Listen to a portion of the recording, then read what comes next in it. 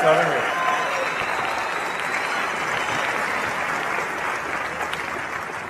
All right, so thank you very much for having me. Look forward to talking about the SpaceX Mars architecture, and what I really want to try to achieve here is to make Mars seem possible, make it seem as though it's something that we can do in our lifetimes, and that you can go. And is there really a way that anyone could go if they wanted to? I think that's really the important thing. So, I mean, first of all, why go anywhere, right? I think there are really two fundamental paths. History is going to bifurcate along two directions. One path is we stay on Earth forever, and then there will be some eventual extinction event. I don't have an immediate doomsday prophecy, but it's eventually, history suggests there will be some doomsday event. The alternative is to become a spacefaring civilization and a multi-planet species, which I hope you would agree that is the right way to go. Yes?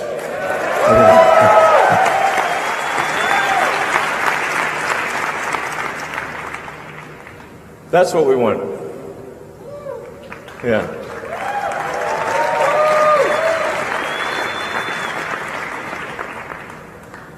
So how do we figure out how to take you to Mars and create a self-sustaining city, a city that is not merely an outpost but could become a planet in its own right, and thus we could become a truly multi-planet species.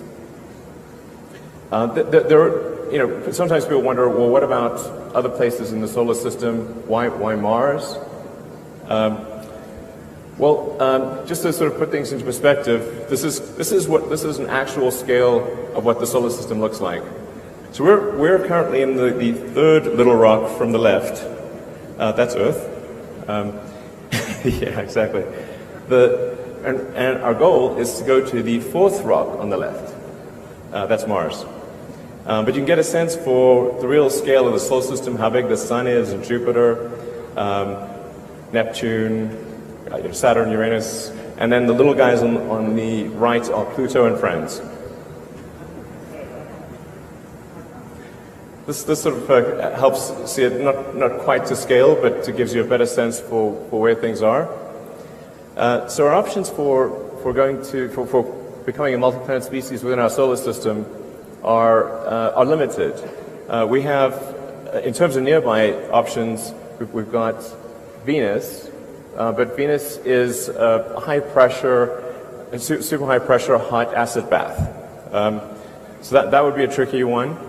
Venus is not at all like the goddess. This is not in no way similar to the actual goddess. So it's really difficult to make things work on Venus. Mercury is also way too close to the Sun. We could go potentially on one of the moons of Jupiter or Saturn, but those are quite far out, much further from the Sun, a lot harder to get to. It really leaves us with one option if we want to become a multi-planet civilization, and that's Mars.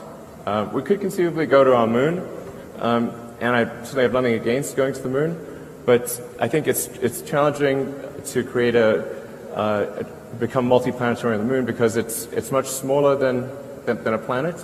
It doesn't have any atmosphere. It's not as resource-rich as Mars. It's got a 28-day day, whereas the Mars day is 24.5 hours. And in general, Mars is far better suited to ultimately scale up to be a self-sustaining civilization. So just to give some comparison between the two planets, that they're remarkably close in a lot of ways. In fact, we now believe that early Mars was a lot like Earth. And in fact, if we could warm Mars up, we would once again have a thick atmosphere and liquid oceans. So, but where things are right now, Mars is about half again as far from the Sun as Earth. So still decent sunlight. It's a little cold, but we can warm it up. It has a very helpful atmosphere, which in the case of Mars being primarily CO2 with some nitrogen and argon and a few other trace elements, means that we can grow plants on Mars just by compressing the atmosphere. And it has nitrogen too, which is also very important for growing plants. It would be quite fun to be on Mars because you'd have gravity, which is about 37% that of Earth. So you'd be able to lift heavy things and bound around and have a lot of fun. And the day is remarkably close to that of Earth. And so we just need to change that bottom row. Because currently we have 7 billion people on Earth and 0 on Mars. So there's been a lot of great work by NASA and other organizations in early exploration of Mars and understanding what Mars is like, where could we land, what's the composition of the atmosphere, where is there water, or ice, I should say, and so we need to go from these early exploration missions to actually building a city. The issue that we have today is that if you look at a Venn diagram, there's no intersection of sets of people who want to go and can afford to go. In fact, right now you cannot go to Mars for infinite money. Using traditional methods, if taking sort of Apollo-style approach, an optimistic cost number would be about $10 billion a person. So, for example, the Apollo program, the cost estimates are somewhere between 100 to $200 billion in current year dollars, and we sent 12 people to the surface of the moon, which was an incredible thing, and I think probably one of the greatest achievements of humanity. But that is a steep price to pay for a ticket. That's why these circles only just barely touch. So you can't create a self-sustaining civilization if the ticket price is $10 billion a person. What we need is to move those circles together. And if we can get the cost of moving to Mars to be roughly equivalent to a median house price in the US, which is around $200,000, then I think the probability of establishing a self-sustaining civilization is very high. I think it would almost certainly occur. Not everyone would want to go. In fact, I think a relatively small number of people from Earth would want to go, but enough would want to go and who could afford the trip that it would happen. And people can get sponsorship, and I think it gets to the point where almost anyone, if they saved up and this was their goal, they could ultimately save up enough money to buy a ticket and move to Mars. And Mars would have a labor shortage for a long time, so jobs would not be in short supply. So but it is a bit tricky because we have to figure out how to improve the cost of trips to Mars by 5 million%. So this is not easy. And I mean, it sounds like virtually impossible, but I think there are ways to do it. This translates to an improvement of approximately 4.5 orders of magnitude. These are the key elements that are needed in order to achieve the 4.5 order of magnitude improvement. Most of the improvement would come from full reusability, somewhere between 2 and 2.5 orders of magnitude, and then the other 2 orders of magnitude would come from refilling in orbit, propellant production on Mars, and choosing the right propellant. So I'm going to go into detail on all those. Full reusability is really the super hard one. It's very difficult to achieve reusability for even an orbital system, and that challenge becomes even substantially greater for a system that has to go to another planet. But as an example of the difference between reusability and expandability in aircraft, and this you could actually use any form of transport. You could say a car, bicycle, horse. If they were single use, almost no one would use them. It would be too expensive. But with frequent flights, you can take something like an aircraft that costs $90 million, and if it was single use, you'd have to pay $500,000 per flight. But you can actually buy a ticket on Southwest right now from LA to Vegas for $43, including taxes. So that's a massive improvement. Right there, it's showing a 4 order of magnitude improvement. Now this is harder. The reusability doesn't apply quite as much to Mars because the number of times that you can reuse the spaceship is, the spaceship part of the system is less often because the Earth-Mars rendezvous only occurs every 26 months. So you get to use the spaceship part roughly every 2 years. Now you get to use the booster and the tanker as frequently as you'd like. And so that's why it really makes a lot of sense to load the spaceship into orbit with essentially tanks dry and have it have really quite big tanks that you then use the booster and tanker to refill while it's in orbit and maximize the payload of the spaceship so that when it goes to Mars, you really have a very large payload capability.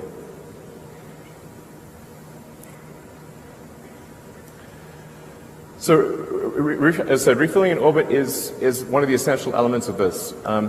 Without refilling in orbit, you would have a half order of magnitude impact roughly on the cost. By half order of magnitude, I think the audience mostly knows, but what that means is each order of magnitude is a factor of 10.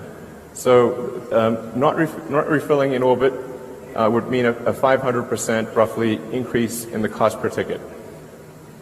It also allows us to build a smaller vehicle and lower the development cost, although this vehicle is quite big, but it would be much harder to build something that's 5 to 10 times the size. It also reduces the sensitivity of performance characteristics of the booster, rocket, and tanker. So if there's a shortfall in the performance of any of the elements, you can actually make up for it by having 1 or 2 extra refilling trips to the spaceship. So it's very important for reducing the susceptibility of the system to a performance shortfall. And then producing propellant on Mars is actually also very obviously important. Again, if we didn't do this, it would have at least a half order of magnitude increase in the cost of a trip, so a 500% increase in the cost of the trip. And it would be pretty absurd to try to build a city on Mars if your spaceships just kept staying on Mars and not going back to Earth. You have this like massive graveyard of ships. You have to like do something with them. So it really wouldn't make sense to leave your spaceships on Mars. You really want to build a propellant plant on Mars and send the ships back. So, and Mars happens to work out well for that because it has a CO2 atmosphere, it's got water ice in the soil, and with H2O and CO2 you can produce CH4, methane, and oxygen O2. So picking the right propellant is also important. Think of this as maybe there's 3 main choices, and they have their merits, but kerosene or rocket propellant grade kerosene, which is also what jets use. Rockets use a very expensive form, a highly refined form of jet fuel essentially, which is a form of kerosene. It helps keep the vehicle size small, but because it's a very specialized form of jet fuel, it's quite expensive. The reusability potential is lower. Very difficult to make this on Mars because there's no oil. So really quite difficult to make the propellant on Mars. And then propellant transport is pretty good, but not great. Hydrogen, although it has a high specific impulse, is very expensive, incredibly difficult to keep from boiling off because liquid hydrogen is very close to absolute zero as a liquid. So the insulation required is tremendous, and the cost of the energy cost on Mars of producing and storing hydrogen is very high. So when we looked at the overall system optimization, it was clear to us that methane actually was the clear winner. So it would require maybe anywhere from 50 to 60% of the energy on Mars to refill propellant using the propellant depot, and just the technical challenges are a lot easier. So we think methane is actually better on just really almost across the board. And we started off initially thinking that hydrogen would make sense, but ultimately came to the conclusion that the best way to optimize the cost per unit mass to Mars and back is to use an all-methane system, or technically deep cryomethalogs. So those are the four elements that need to be achieved. Whatever architecture, whatever system is designed, whether by SpaceX or anyone, we think these are the four features that need to be addressed in order for the system to really achieve a low cost per ton to the surface of Mars. And this is a simulation of the overall system.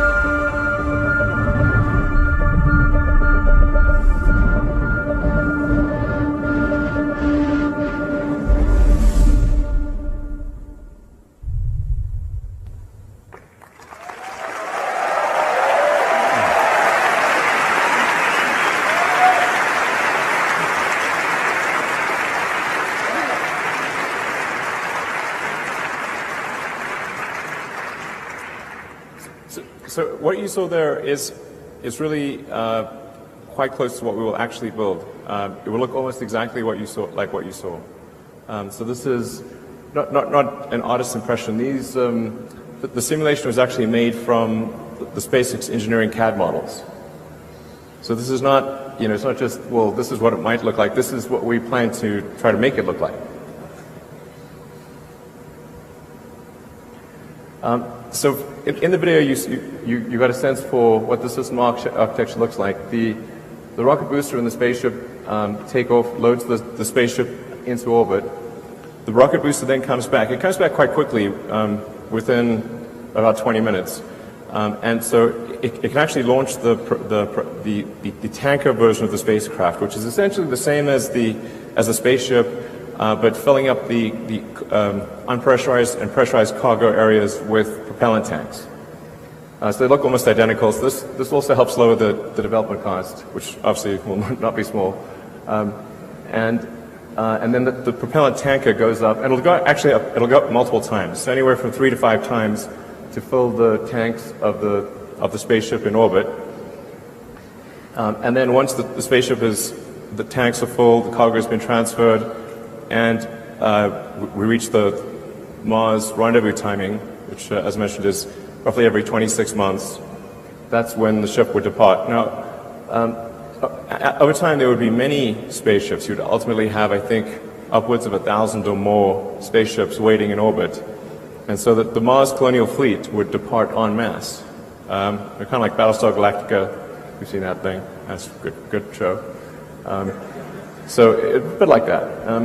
But it actually makes sense to load the spaceships into orbit because you've got 2 years to do so, and then make frequent use of the booster and the tanker to get really heavy reuse out of those. And then with the spaceship, you get less reuse because you have to say, well, how long is it going to last? Well, maybe 30 years. So that might be 12 to maybe 15 flights of the spaceship at most. So you really want to maximize the cargo of the spaceship and reuse the booster and the tanker a lot. So anyways, the ship goes to Mars, gets propellant replenished, and then returns to Earth. So I'll go into some of the details of the vehicle design and performance. And I'm going to gloss over, I'll only talk a little bit about the technical details in the actual presentation, and then I'll leave the detailed technical questions to the Q&A that follows.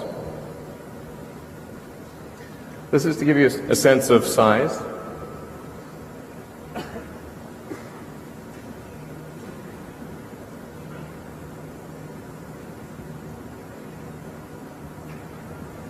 It's quite big.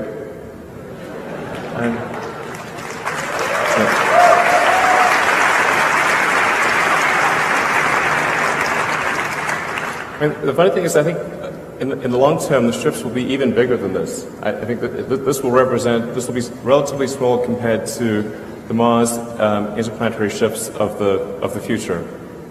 But it kind of needs to be about this size, because if in order to fit 100 people or thereabouts in the pressurized section, plus carry the luggage and all of the unpressurized cargo, to build propellant plants and build everything from iron foundries to pizza joints to you name it.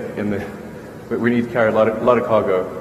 So it really needs to be roughly on this order of magnitude, because if we say like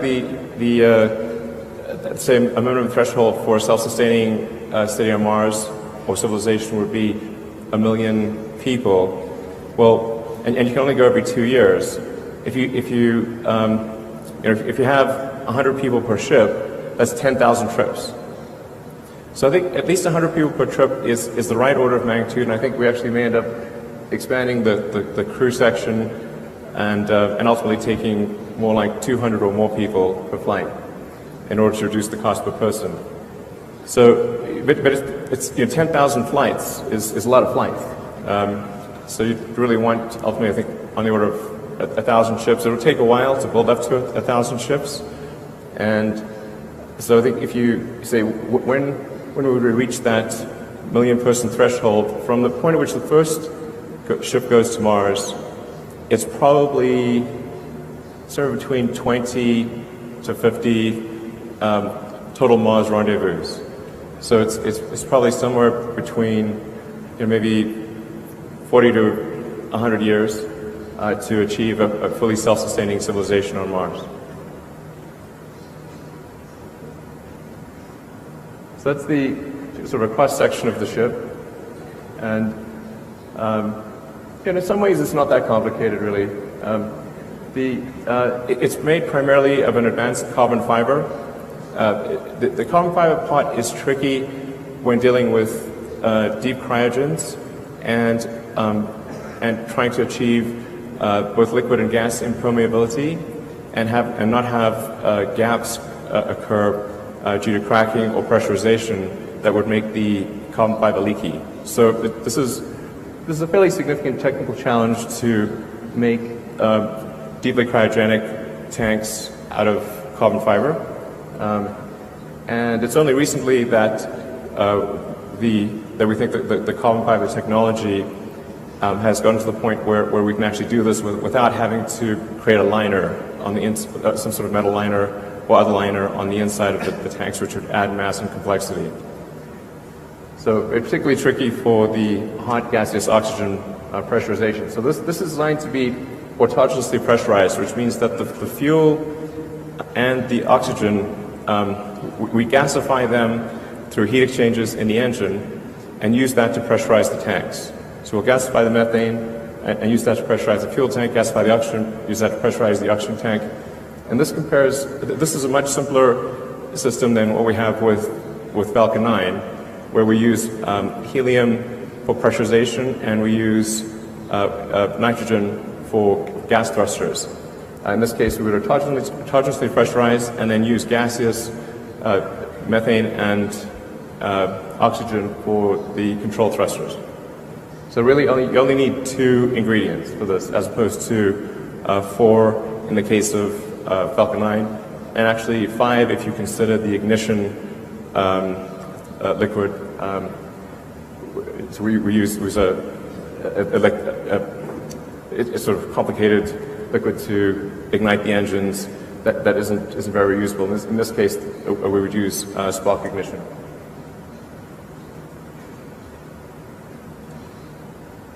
So this gives you a sense of vehicles by performance, sort of current and historic. I don't know if you can actually read that, but in expendable mode, the vehicle that we're proposing would do about 550 tons and about 300 tons in reusable mode.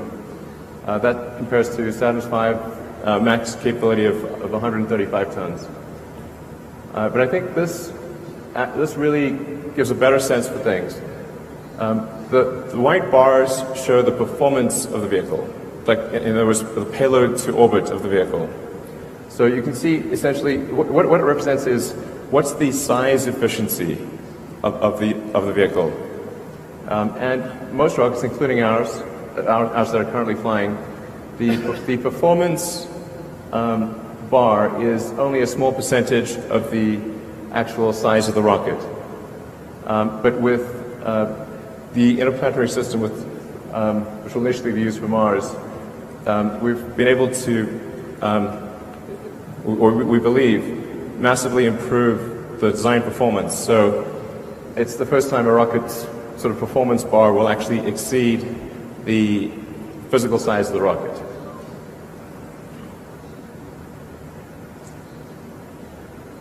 This gives you a more direct sort of comparison. This is the thrust level is quite enormous. We're talking about a liftoff thrust of 13,000 tons. So it'll be quite tectonic when it takes off. But it is a fit on Pad 39A, which NASA's been kind enough to allow us to use, where because they somewhat oversized the pad in doing Saturn V, and as a result, we can actually do a much larger vehicle on that same launch pad. And then in the future, we expect to add additional launch locations, probably adding one on the south coast of Texas. But this gives you a sense of the relative capability if you can read those.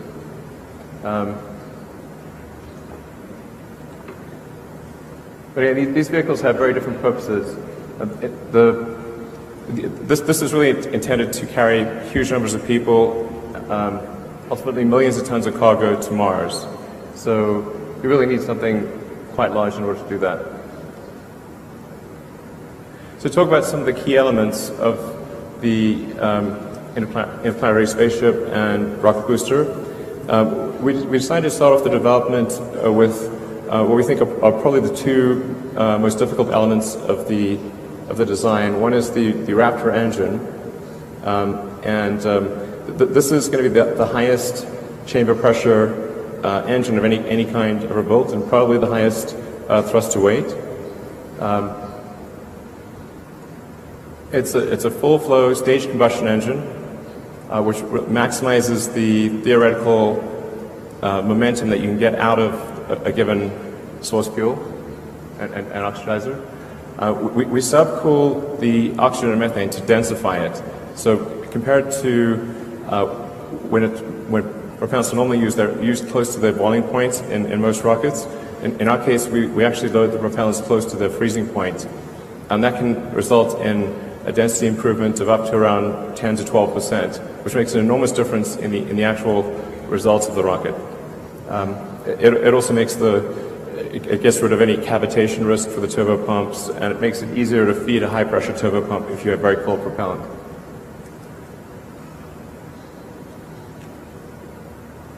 Really, one of the keys here, though, is the vacuum version of Raptor having a 382-second ISP. This is really quite critical to the whole Mars mission, and we're confident we can get to that number, or at least within a few seconds of that number, ultimately maybe exceeding it slightly.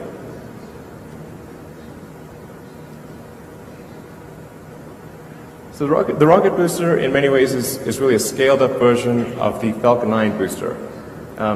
You'll see a lot of similarities, such as the grid fins, obviously clustering a lot of engines at the base, and the big difference really being that the primary structure is an advanced form of carbon fiber as opposed to aluminum lithium, and that we use autogenous pressurization and we get rid of the helium and the nitrogen. So this uses 42 Raptor engines. It's a lot of engines, but we use 9 on a Falcon 9, and with Falcon Heavy, which should launch early next year, there's 27 engines on the base. So we've got pretty good experience with having a large number of engines. It also gives us redundancy, so that if some of the engines fail, you can still continue the mission and be fine. But the main job of the booster is to accelerate the spaceship to around 8,500 kilometers an hour. For those that are less familiar with orbital dynamics, really it's all about velocity and not about height. So really that's the job of the booster. The booster is like the javelin thrower. Sort of, it's got to toss that javelin, which is the spaceship. In the case of other planets, though, which have a gravity well which is not as deep, so Mars, the moons of Jupiter, conceivably one day maybe even Venus. Venus will be a little trickier, but for most of the solar system, you only need the spaceship. So you don't need the booster if you have a lower gravity well. So no booster is needed on the Moon or Mars or any of the moons of Jupiter or Pluto. You just need the spaceship. The booster is just there for heavy gravity wells. And then we've also been able to optimize the propellant needed for boost back and landing to get it down to about 7% of the liftoff propellant load. We think with some optimization maybe we can get it down to about 6%. And we're also are now getting quite comfortable with the accuracy of the landing. If you've been watching the Falcon 9 landings, you'll see that they're getting increasingly closer to the bullseye. And we think, particularly with the addition of some thrusters, some maneuvering thrusters, we can actually put the booster right back on the launch stand. And then those fins at the base are essentially centering features to take out any minor position mismatch at the launch site.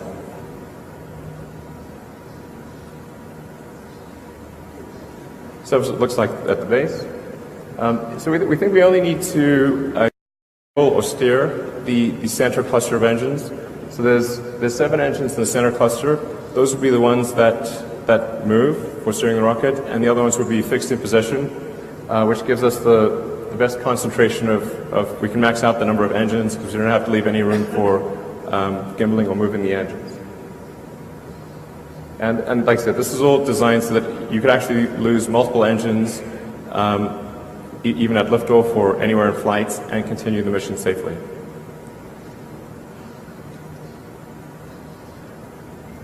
So for the spaceship itself, in the top we have the pressurized compartment, and I'll show you a fly-through of that in a moment. Then beneath that is where we'd have the unpressurized cargo, which would be really flat-packed in a very dense format. And then below that is the liquid oxygen tank. The liquid oxygen tank is probably the hardest piece of this whole vehicle because it's got to handle propellant at the coldest level. And the tanks themselves actually form the airframe. So the airframe structure and the tank structure are combined, as it is in all modern rockets. And in aircraft, for example, the wing is really a fuel tank in wing shape. So that it has to take the thrust loads of ascent, the loads of reentry, and then it has to be impermeable to gaseous oxygen, which is tricky, and non-reactive to gaseous oxygen. So that's the hardest piece of the spaceship itself, which is actually why we started on that element as well, and I'll show you some pictures of that later. So, and then below the oxygen tank is the fuel tank, and then the engines are mounted directly to the thrust cone on the base. And then there are 6 of the high efficiency vacuum engines around the perimeter, and those don't gimbal. And then there are 3 of the sea-level versions of the engine which do gimbal and provide the steering. Although we can do some amount of steering if you're in space with differential thrust on the outside engines. The net effect is a cargo to Mars of up to 450 tons, depending upon how many refills you do with the tanker. And the goal is at least 100 passengers per ship, although I think ultimately we'll probably see that number grow to 200 or more. This chart's a little difficult to interpret at first, but we decided to put it there for people who want to watch the video afterwards and sort of take a closer look, analyze some of the numbers. The column on the left is probably what's most relevant, and that gives you the trip time. So depending upon which Earth-Mars rendezvous you're aiming for, the trip time at 6 kilometers per second, departure velocity can be as low as 80 days. And then over time, I think we'd obviously improve that. Ultimately, I suspect that you'd see Mars transit times of as little as 30 days in the more distant future. So it's fairly manageable considering the trips that people used to do in the old days that routinely take sailing voyages that would be 6 months or more.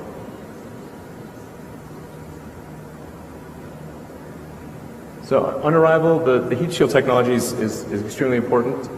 We've been refining the heat shield technology using our Dragon spacecraft, and we're now on version 3 of Pika, which is phenolic impregnated carbon ablator, and it's getting more and more robust with each new version, with less ablation, more resistance, less need for refurbishment. The heat shield is basically a giant brake pad. So it's like, how good can you make that brake pad against extreme reentry conditions and minimize the cost of refurbishment, and make it so that you could have many flights with no refurbishment at all.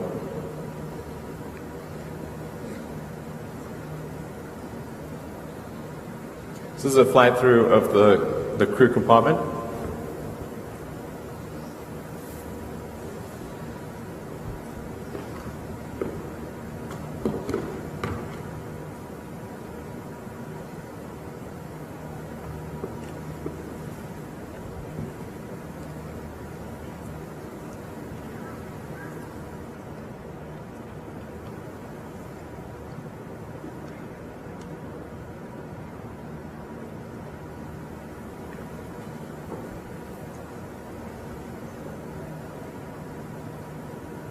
want to give you a sense of what it would feel like to actually be in the spaceship.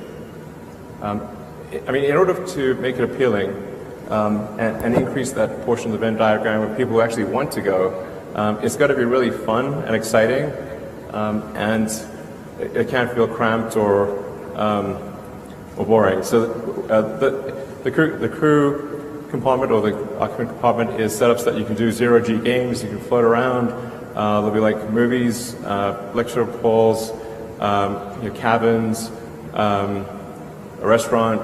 It'll be like really fun to go. You're gonna have a great time.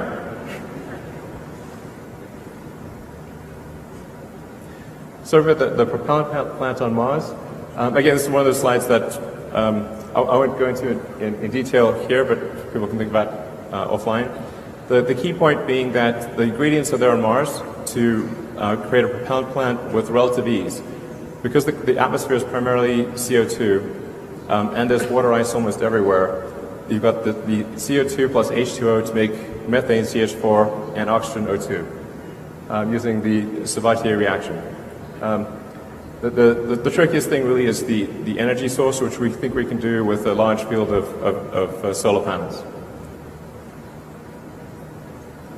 So then to give you a sense of the cost, really the key is making this affordable to almost anyone who wants to go. And we think based on this architecture, assuming optimization over time, like the very first flights would be fairly expensive, but the architecture allows for a cost per ticket of less than $200,000, maybe as little as $100,000 over time, depending upon how much mass a person takes. So we're right now estimating about $140,000 per ton to the surface of Mars. So if a person plus the luggage is less than that, taking into account food consumption and life support, then we think that the cost of moving to Mars ultimately could drop below $100,000.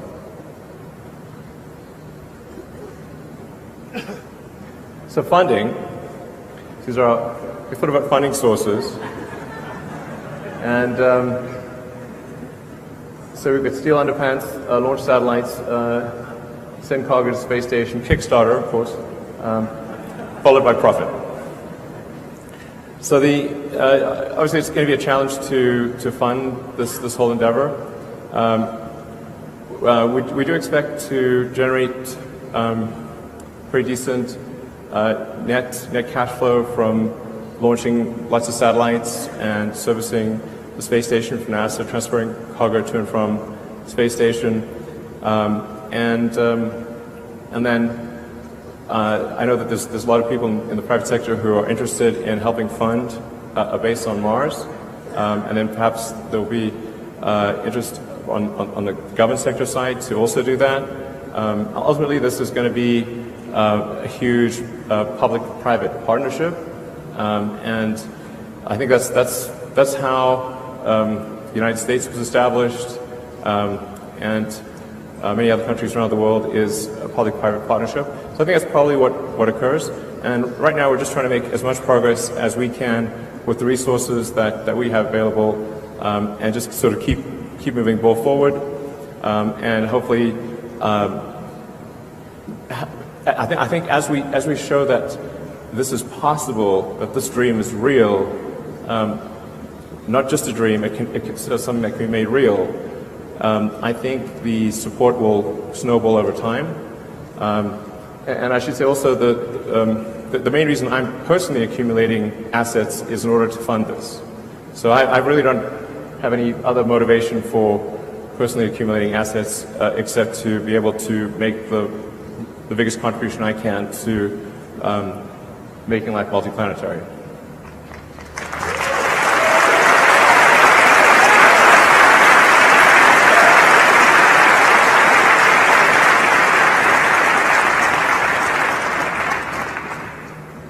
Timelines. Not the best at this sort of thing. But just to show you where we started off, in 2002, SpaceX basically consisted of carpet and a mariachi band. That was it. That's all of SpaceX in 2002. As you can see, I'm a dancing machine.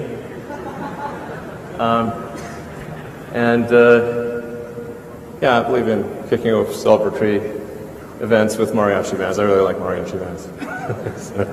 But that was what we started off with in 2002. And really, I mean, I thought we had maybe a 10% chance of doing anything, of even getting a rocket to orbit, let alone getting beyond that and taking Mars seriously. But I came to the conclusion that if there wasn't some new entrant into the space arena with a strong ideological motivation, then it didn't seem like we were on a trajectory to ever be a spacefaring civilization and be out there among the stars. Because in '69 we were able to go to the moon, and the space shuttle could get to low Earth orbit, and then obviously the space shuttle got retired, but that trend line is down to zero. So I think what a lot of people don't appreciate is that technology does not automatically improve. It only improves if a lot of really strong engineering talent is applied to the problem that it improves. And there are many examples in history where civilizations have reached a certain technology level and then have fallen well below that, and then recovered only millennia later. So we go from 2002, where we're clueless, and developed with Falcon 1 the smallest useful orbital rocket that we could think of, which would deliver half a ton to orbit. And then 4 years later, we developed and built the first vehicle. So we developed the main engine, the upper stage engine, the airframes, the fairing, and the launch system, and had our first attempt at launch in 2006, which failed. So that lasted about 60 seconds, unfortunately. But 2006, 4 years after starting, is also when we actually got our first NASA contract. And I just want to say I'm incredibly grateful to NASA for supporting SpaceX, despite the fact that our rocket crashed. It was awesome. I'm NASA's biggest fan. Thank you very much to the people that had the faith to do that. Thank you.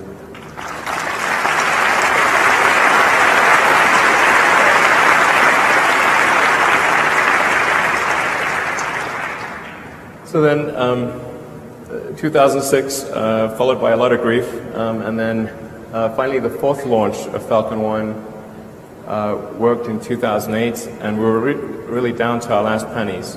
In fact, I only thought I had enough money for 3 launches, and the first 3 bloody failed, and we were able to scrape together enough to just barely make it and do a fourth launch, and thank goodness that fourth launch succeeded in 2008.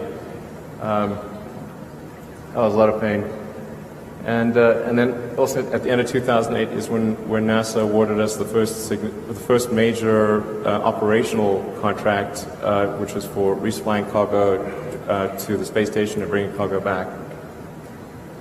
Then a couple of years later, we did the first launch of Falcon 9, version 1, and that had about a 10-ton to orbit capability, so it was about 20 times the capability of Falcon 1, and also was designed to carry our Dragon spacecraft. Then 2010 is our first mission to the space station, so we were able to finish development of Dragon and dock with the space station in 2010. 2010 is expendable Dragon. 2012 is when we delivered and returned cargo from the space station. 2013 is when we first started doing vertical takeoff and landing tests. And then 2014 is when we were able to have the first orbital booster do a soft landing in the ocean. The landing was soft, it fell over and exploded, but landing for 7 seconds, it was good. And we also improved the capability of the vehicle from 10 tons to about 13 tons to LEO. And then 2015, well, last year, in December, that was definitely one of the best moments of my life when the rocket booster came back and landed at Cape Canaveral. So that was really, yeah.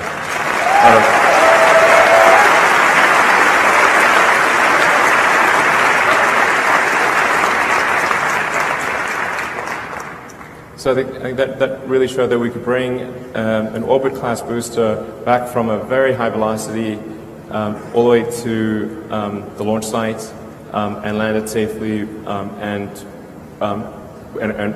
with almost no refurbishment required for reflight. And if things go well, we're hoping to refly one of the landed boosters in a few months. So yeah, and then 2016 we also demonstrated landing on a ship. The landing on the ship is important for the very high velocity geosynchronous missions, and that's important for usability of Falcon 9 because about roughly a quarter of our missions are sort of servicing the space station, and then there's a few other low Earth orbit missions, but most of our missions, probably 60% of our missions are commercial geo missions. So we've got to do these high velocity missions that really need to land on a ship out to sea. They don't have enough propellants on board to boost back to the launch site. So looking into the future, next steps. We were kind of intentionally a bit fuzzy about this timeline, but we're going to try to make as much progress as we can. Obviously, it's with a very constrained budget, but we're going to try to make as much progress as we can on the elements of the interplanetary transport booster and spaceship, and hopefully we'll be able to complete the first development spaceship in maybe about 4 years, and start doing suborbital flights with that. In fact, it actually has enough capability that you could maybe even go to orbit if you limit the amount of cargo with the spaceship. Well, you have to really strip it down. But in tanker form, it can definitely get to orbit. Can't get back. We can get to orbit.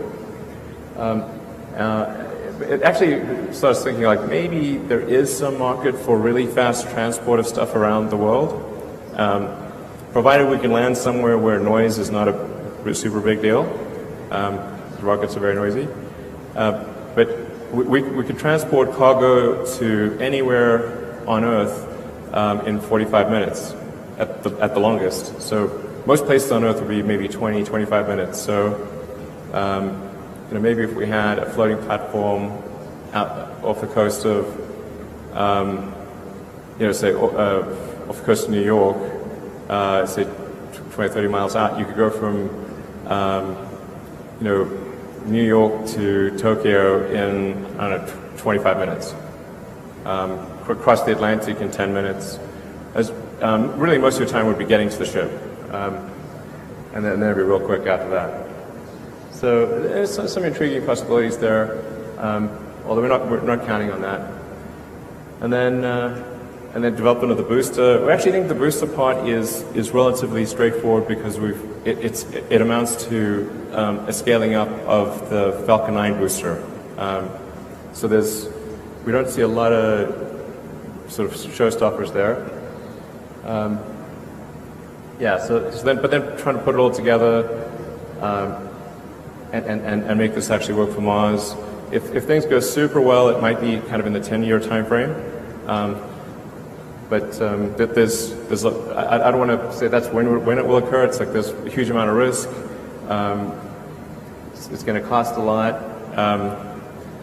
Good chance we don't succeed, but we're going to do our best and try to make as much progress as possible. And we're going to try to send something to Mars on every Mars rendezvous from here on out. So Dragon 2, which is a propulsive lander, we plan to send to Mars in a couple of years, and then do probably another Dragon mission in 2020. In fact, we want to. establish a steady cadence, that there's always a flight leaving, like a train leaving the station. With every Mars rendezvous, we will be sending a Dragon, at least a Dragon to Mars, and ultimately the big spaceship. So if there are people that are interested in putting payloads on Dragon, you can count on a ship that's going to transport something on the order of at least 2 or 3 tons of useful payload to the surface of Mars.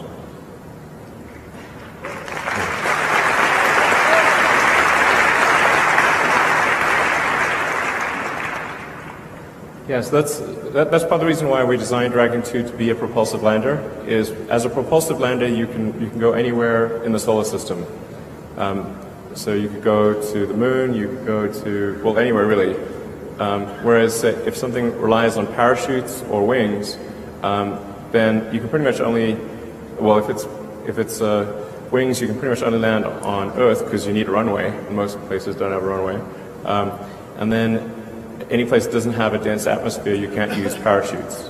So, but propulsive works anywhere.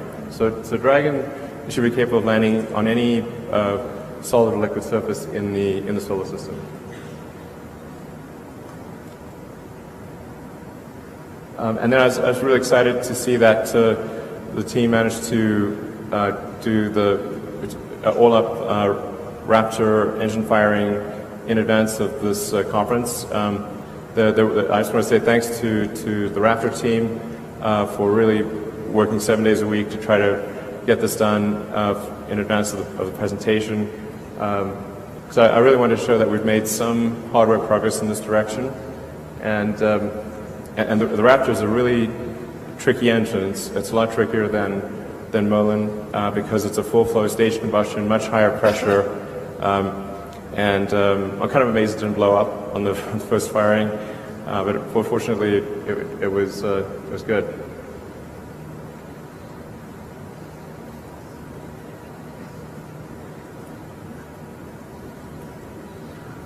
It's kind of interesting to see the Mach diamonds forming. Yeah.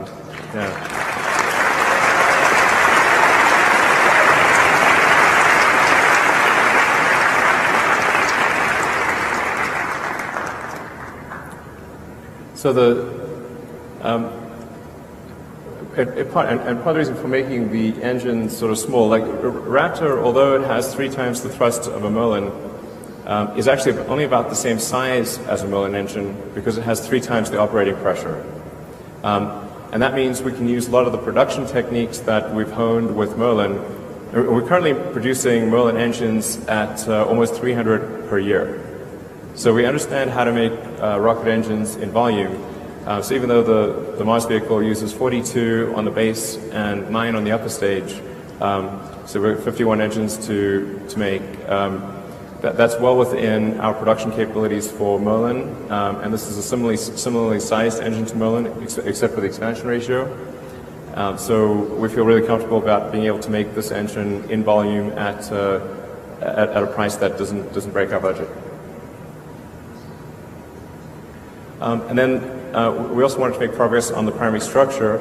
So, as I mentioned, this is really a very difficult thing to make. Is to make something out of carbon fiber. Even though carbon fiber has incredible strength to weight, when you want to then put super cold liquid oxygen and liquid methane, particularly liquid oxygen, in a tank, is subject to cracking and leaking, and it's a very difficult thing to make. Just the sheer scale of it is also challenging because you've got to lay up the carbon fiber in exactly the right way on a huge mold, and you've got to cure that mold at temperature, and then it's just really hard to make large carbon fiber structures that can do all of those things and carry incredible loads. So that's the other thing we wanted to focus on was the Raptor, and then building the first development tank for the Mars spaceship. So yeah, like I said, this is really the hardest part of the spaceship. The other pieces are we have a pretty good handle on, but this was the trickiest one, so we wanted to tackle it first. You get a size for how big the tank is. It's really quite big. Also, big congratulations to the team that worked on that. They also were working 7 days a week to try to get this done in advance of the IAC.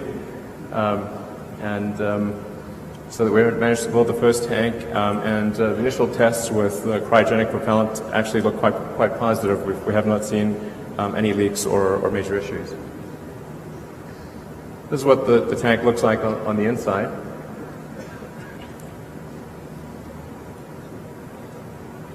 So you can get a real sense for just how big this tank is. It's actually completely smooth on the inside, but the way that the carbon fiber plies lay up and reflect the light makes it look faceted. So then what about beyond Mars?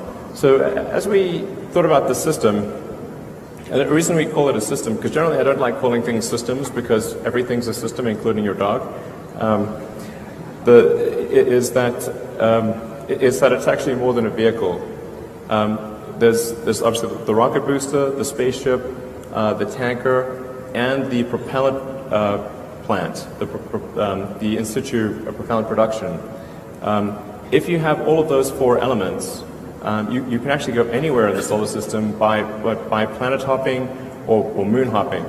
So by establishing a propellant depot in the asteroid belt or on one of the moons of Jupiter, you can make flights from Mars to Jupiter, no problem. In fact, even without a propellant depot at Mars, you can do a flyby of Jupiter without a propellant depot. But by establishing a propellant depot, let's say Enceladus or Europa or any of there's a few options. And then doing another one on Titan, Saturn's moon, and then perhaps another one further out on Pluto or elsewhere in the solar system. This system really gives you freedom to go anywhere you want in the greater solar system. So you can actually travel out to the Kuiper Belt, to the Oort cloud. I wouldn't recommend this for interstellar journeys, but this basic system, provided we have filling stations along the way, means full access to the entire greater solar system.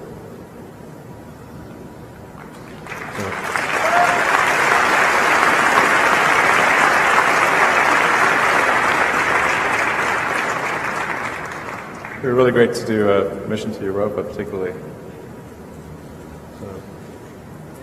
All right, so any questions that I can answer?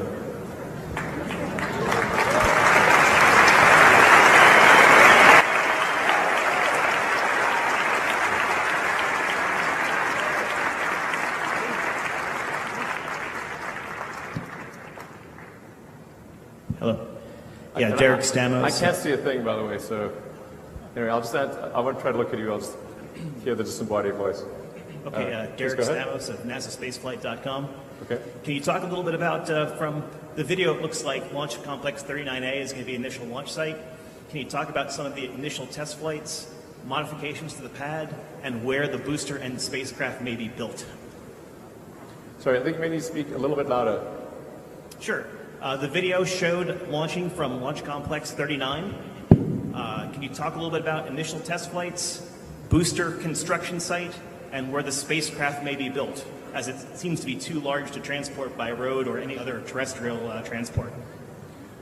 Yeah, so we are expecting to do the initial flights from 39A. So we're planning to set up 39A such that it can launch either Falcon Heavy or the interplanetary system. It's quite a big launch site, so I think we can do that. In terms of construction of the ship and booster, you're right, it is quite big, not something you can really transport on the roads. So I think we would probably look at construction of the booster and the spacecraft. We're actually looking at Mashoud, Louisiana, as one of the possibilities. But I think we would end up constructing the booster and spacecraft in probably multiple states, and then perhaps doing final assembly at the launch site. Thank you. Right here. Hi, Elon. Right here in front of you. I'll jump.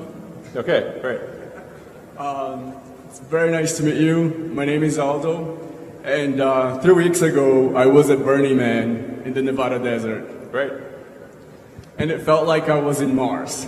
It was a dusty storm, and it was really cold at night, and there was no water.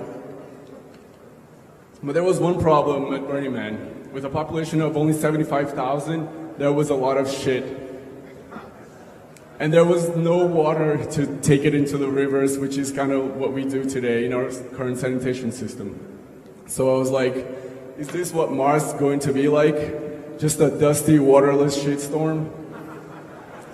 So I was like, hey, Elon, are you working on a sustainable sanitation? Are we going to have a toilet in Mars that doesn't use water? Today on Earth, there's 3 billion people that don't have a toilet. Guys, I actually have to say, we have to keep no essays, only questions. All right, so are you working on a toilet for Mars? Yeah. I think Mars actually has a huge amount of water and water ice, so I don't think we'll really suffer a water shortage on Mars. The main thing about Mars is actually going to be energy. If you have energy, there's plenty of water because there's massive amounts of ice. So it's really just about getting huge numbers of solar panels out there and potentially doing geothermal energy.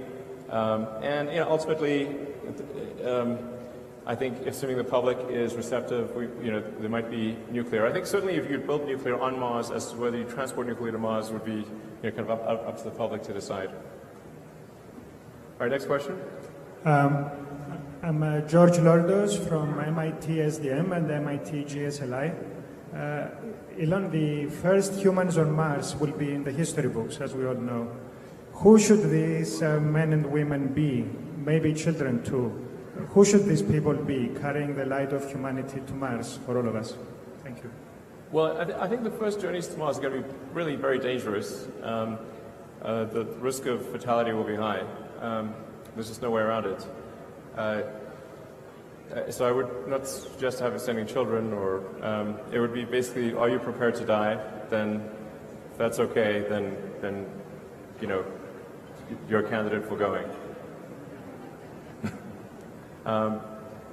But really, this is less about who goes there first, or it's the thing that really matters is making a self-sustaining civilization on Mars as fast as possible. It's just different from Apollo. This is this is really about minimizing existential risk and having a tremendous sense of adventure. I mean, the thing that Mars really represents, there's the whole life insurance and protecting life and ensuring that the light of consciousness is not extinguished, which I think is incredibly important. Backing up the biosphere. And to be clear, this is not about everyone moving to Mars, it's about becoming multi-planetary. I think Earth will be a good place for a long time. But it's the probable lifespan of human civilization will be much greater if we're a multi-planet species. Now that's the defensive argument, but the argument I actually find most compelling is that it would be an incredible adventure. I think it would be the most inspiring thing that I could possibly imagine. And life needs to be more than just solving problems every day. You need to wake up and be excited about the future and be inspired and want to live.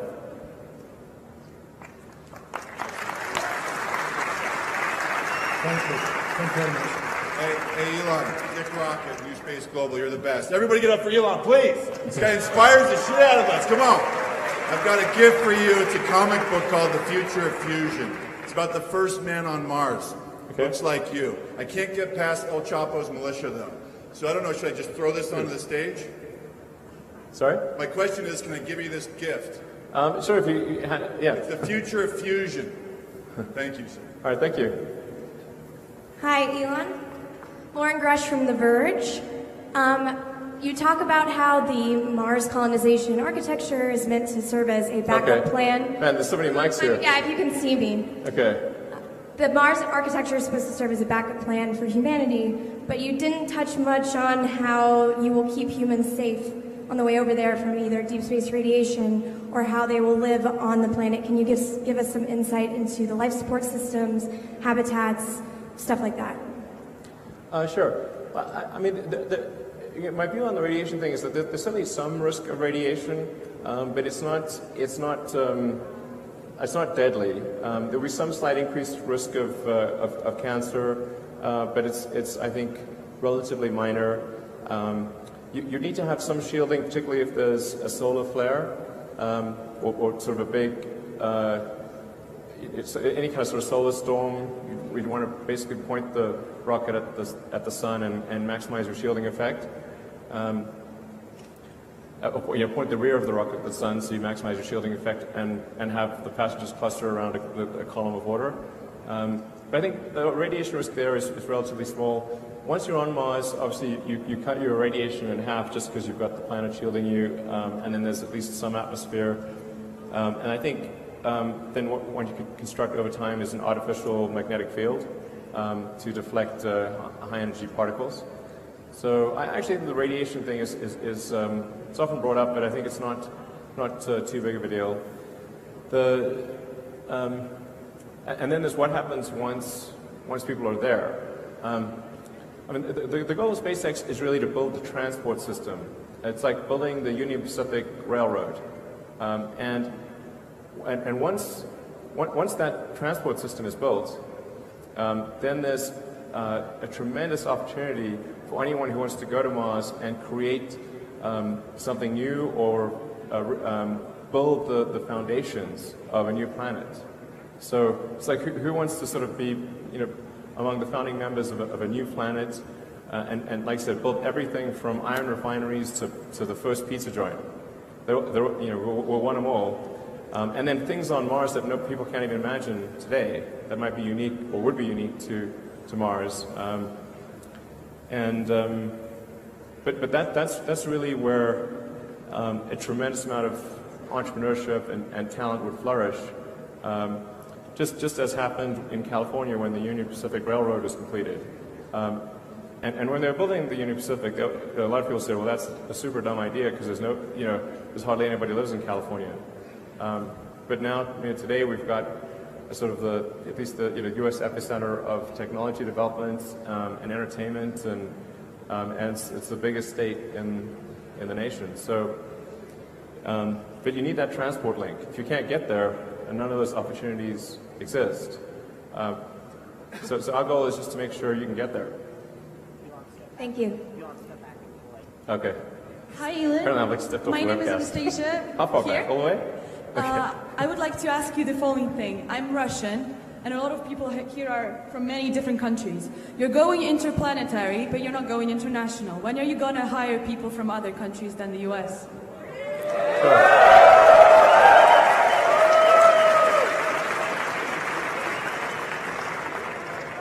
Yeah, so I think people are a bit confused about this.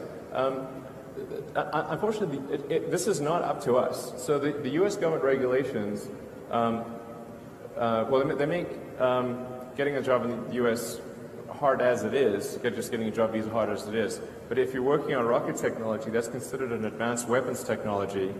So even a normal work visa isn't sufficient unless you get a special permission from the Secretary of Defense or the Secretary of State. So I want to be clear, this is not out of some desire of SpaceX to just hire people with green cards. It's because we're not allowed to do anything else.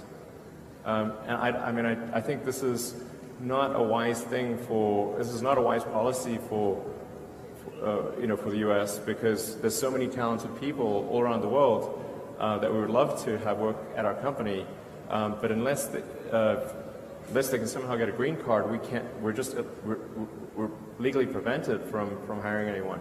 But for example, this is not the case at Tesla. Tesla, we're about a quarter of our engineering team is from outside the U.S. and maybe even 30%, because we don't have the ITAR restriction. So I really wish we could do more. It's just our hands are tied. Thank you. Cool. Hey, Elon. So can't wait for the SpaceX improbability drive. Looking forward to that. But you often talk about wanting to inspire the masses and kind of push technology forward for conquest. And I'm developing a series with Funny or Die, which is like the top online comedy site found by Will Ferrell. And it's about Quick questions, not essays. Yeah, quick question. So it's about you sending someone to Mars, but kind of like that first monkey that got shot into space. They're never coming back. It's going to be a one-way trip. So Not necessarily. Well, maybe. So you mathematically determine the world's most expendable human being to make the journey, and that's Michael Cera. So wanted to see if this is like a project that you might have any interest in supporting. Funny or Die just drove 31 million views to a like Hillary Clinton, Zach Galifianakis video a few days ago. Want to see if you might be able to talk about it after. I think it's pretty important to give people the option of returning. Like the number of people who will be willing to move to Mars is much greater if they know that they have the option of returning, even if they never actually return. I mean, most of the people that went to the original English colonies in North America, they never returned to Europe even once. But some did, and just knowing that if you don't like it there, that you can come back, I think makes a big difference in people's willingness to go there in the first place. And in any case, we need the spaceship back, so it's coming. You can jump on board or not. It's cool. You get a free return trip if you want. So. Hi, Elon. Cameron Ashgard here from the Outer Space Education Alliance. Over the years, we've watched in admiration as you've drawn up great blueprints of how we are going to get to Mars. I'm just curious about what type of initiatives you have in mind for answering the question of why and increasing public interest in actually desiring to do such a thing that's so vast and complex.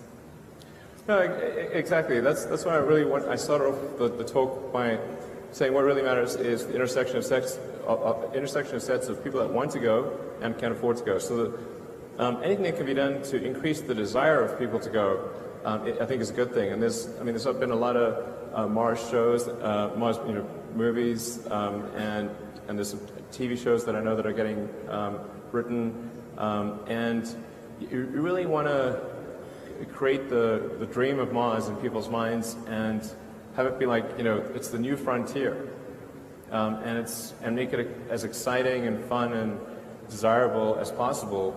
So I think this is where the entertainment industry can play a huge role in just imagine, putting that dream in people's heads, showing them what it can be like, and I think this is really something that appeals to anybody with an exploratory spirit.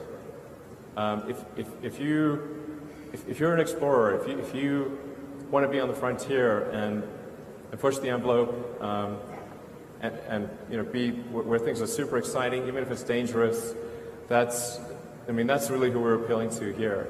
But I think anything that anyone here could do in that direction would be great. Getting people excited about going, getting the public behind this. And the truth is, like right now on Earth, you can basically go anywhere in 24 hours. I mean, anywhere. You can fly over the Antarctic pole and parachute out 24 hours from now if you want. You can get parachuted to the top of Mount Everest from the right plane, and you can go to the bottom of the ocean. Earth, from a physical standpoint, you can go anywhere. So there is no real physical frontier on Earth anymore, but space is that frontier. And so I think it's going to appeal to anyone with that exploratory spirit. Thank you very much. Hey, hello, I'm Laura. Back here. Elon. Man, it's really hard to figure out where the disembodied voice is coming from. Like, I wanted to ask you, like, for some normal people like me, what would it take physically? Do you need some requirements or something to get to Mars? Sorry, I can't hear you. Yeah, like, if normal people want to travel to Mars, do we need some specific requirements, or do normal people can go there? No, I mean, we're trying to make it such that anyone can go. Yeah, but you know, do we need like a lot of training or something special? Nope, maybe a few days of training. Yeah. Also, I mean, train more if you want. I wanted to ask you, in behalf of all the ladies, can I go upstairs and give you a kiss, a good luck kiss?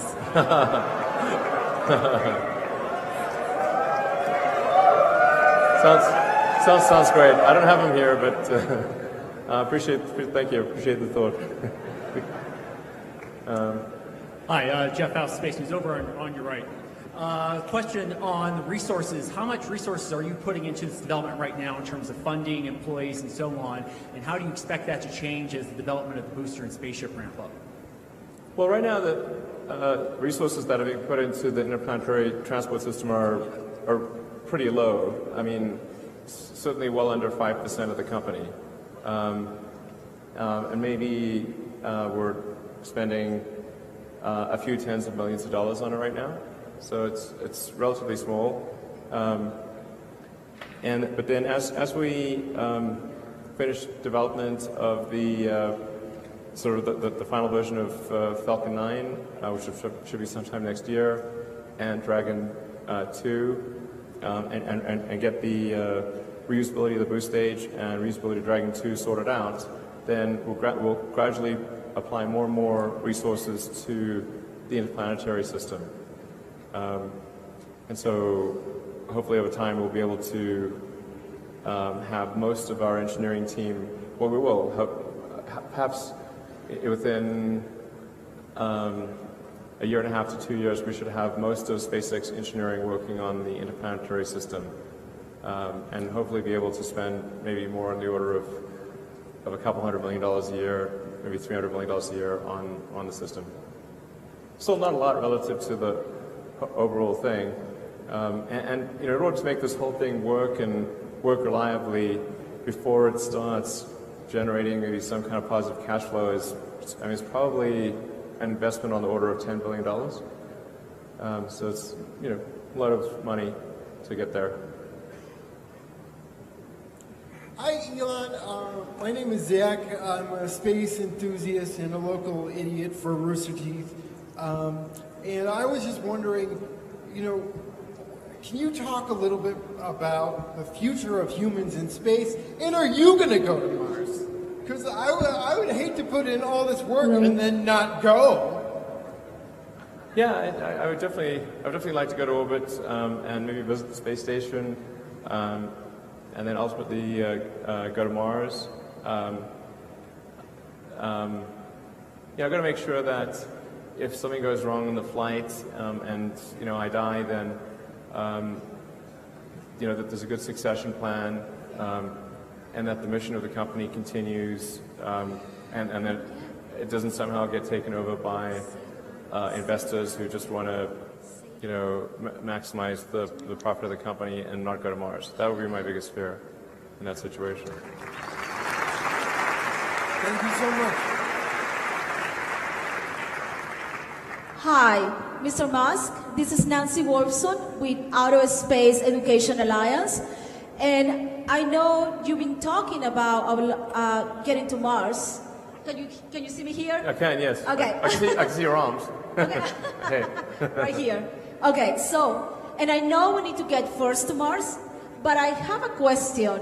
In the back of your head, have you been thinking about interstellar travel? Interstellar, yes. I mean, I think if we were to do interstellar travel, the best way to do it would be with kind of an antimatter drive. That would give you the best, obviously, mass efficiency. It's difficult to beat antimatter.